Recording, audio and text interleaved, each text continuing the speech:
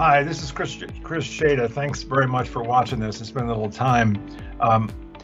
We've been wrestling for the last 8-9 years, and then really hard in the last several weeks over this notion of work and how it's connected to the notion of place.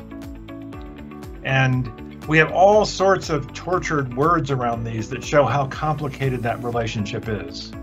Work from home, but everybody doesn't work from home when they're not in the office. Some people work in other places, but they still call it working from home. Or work remotely. Well, remote from what? Is the work remote? No, it means work remote from the traditional office place of work. We've used the phrase work over distance, and even that's not perfect, because distance from what?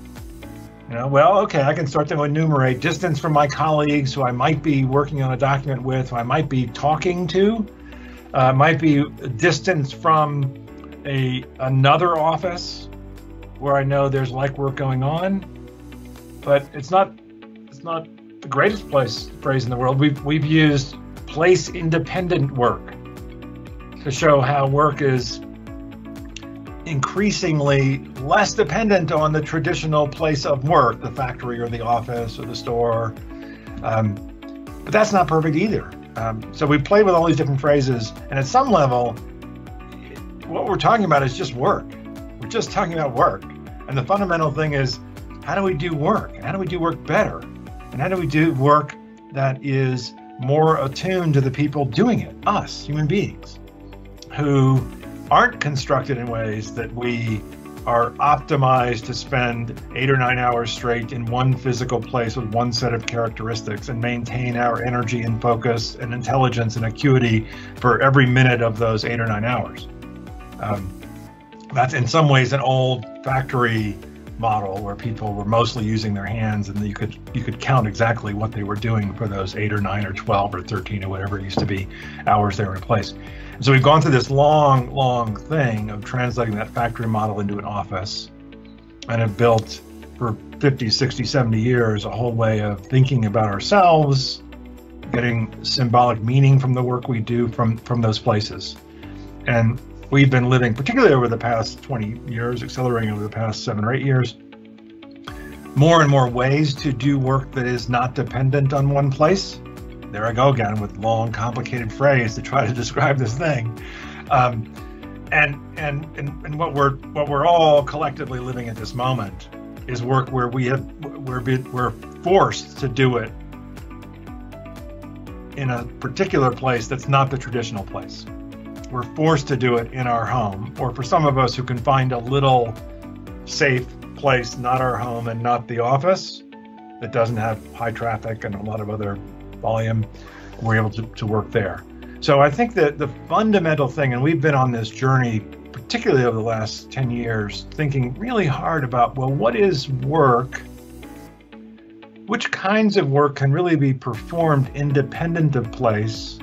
Which kinds of work are best performed in a place tuned to that kind of work, and then matching the work to the place it's best done in.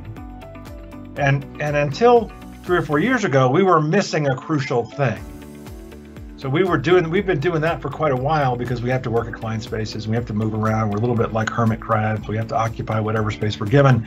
But we were doing all that with a laptop, email, voicemail, conference calls.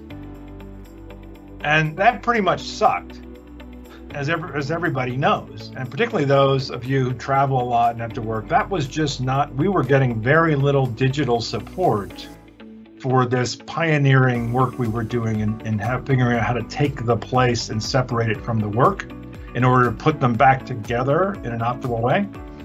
And what the modern digital workplace does for us is give us the through line, gives us the continuity. So now I have digital tools that match that place independent work that I'm doing, digital tools that prioritize the work first and do more and more to help me do work whatever place I'm in. So it's I think first a revolution of ideas and habits, and cultural changes, not making everybody show up in the same desk, not supervising people in the same way, not helping people to understand how they can value their own work, regardless of whether they're in an office with an ever better view and ever bigger space and ever larger plants. But then we needed the digital tooling to catch up to us. And it's doing that. And it's very exciting that it's doing that. And that for us is the two parts of the whole equation, this change in habit, change in expectation, change in how we value ourselves and how we value our colleagues. Reimagine that in a less place-dependent work ecosystem, and then having the digital componentry that really ties that together.